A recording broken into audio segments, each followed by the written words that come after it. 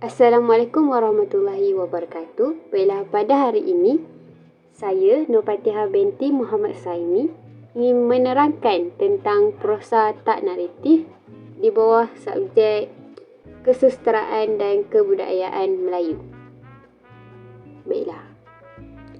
Apa itu prosa bukan naratif? Prosa tulisan bukan naratif bermaksud karya prosa yang diterbitkan menggunakan bahasa ibunda iaitu bahasa Melayu versi lama, tetapi kadar naratifnya amat sedikit.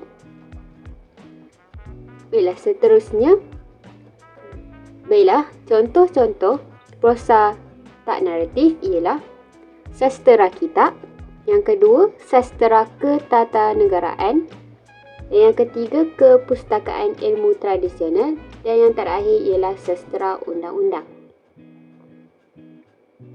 Baiklah, yang pertama, apa itu sastera kitab? Sastera kitab merupakan kitab-kitab yang mengandungi hal-hal yang berkaitan urusan agama Islam dan ditulis dalam bahasa Melayu. Kitab ini juga dikarang oleh para ulama yang berada di bawah pemerintahan sultan.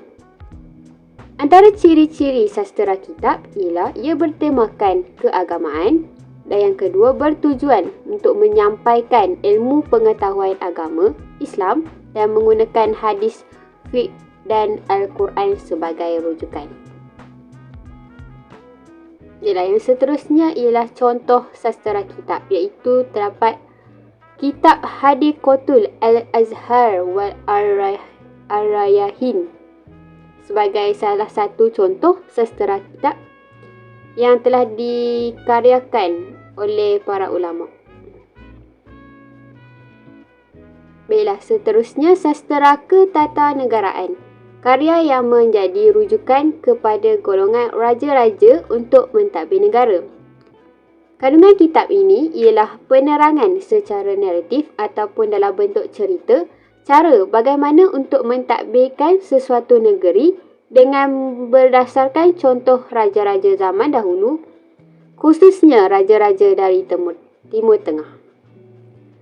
Baiklah, ciri-ciri sastera ketatanegaraan ialah mengenai persoalan agama, menyentuh sejarah kerajaan-kerajaan Islam di Asia Barat dan alam Melayu, dan mengandungi filsafat pemikiran yang tinggi. Terdapat dua contoh sastera ketatanegaraan, iaitu yang pertama ialah Taj al-Salatin yang ditulis oleh Bukhari al-Jauhari, dan yang kedua Bustan al-Salatin yang diselenggarakan oleh Siti Hawa Haji Saleh.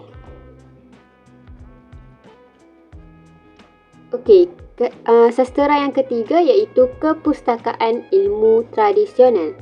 Maksudnya ialah suatu sumber bahan bertulis yang menjadi tempat rujukan bagi perkara-perkara tertentu sama ada bersifat informal atau ilmu pengetahuan.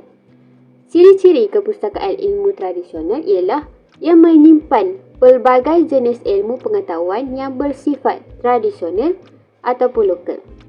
Yang kedua, disimpan sebagai khazanah lama seperti naskah lama dan kuno. Baiklah, ini adalah buku contoh kepustakaan ilmu tradisional yang diselenggarakan oleh Rogayah Abdul Hamid dan Mariam Salim. Sastera yang terakhir iaitu sastera undang-undang. Maksudnya ialah satu kumpulan hasil penulisan tradisional Melayu sebagai satu kajian mengenai sistem pemerintahan, pentadbiran dan susun lapis masyarakat dahulu. Ciri-ciri sastera undang-undang mempunyai tiga, iaitu hukuman yang dikenakan tidak kejam dan boleh diubah. Yang kedua ialah mengandungi percampuran dengan unsur mitos dan luar biasa. Yang ketiga, didahului dengan kalangan istana dalam penyusunan, iaitu golongan bangsawan. Bila ini adalah contoh-contoh sastera undang-undang, iaitu yang pertama Undang-Undang Negeri Johor, dan juga yang kedua ialah Hukum Kanun Melaka oleh Abu Hassan Syam. Baiklah, itu sahaja daripada saya. Sekian, terima kasih.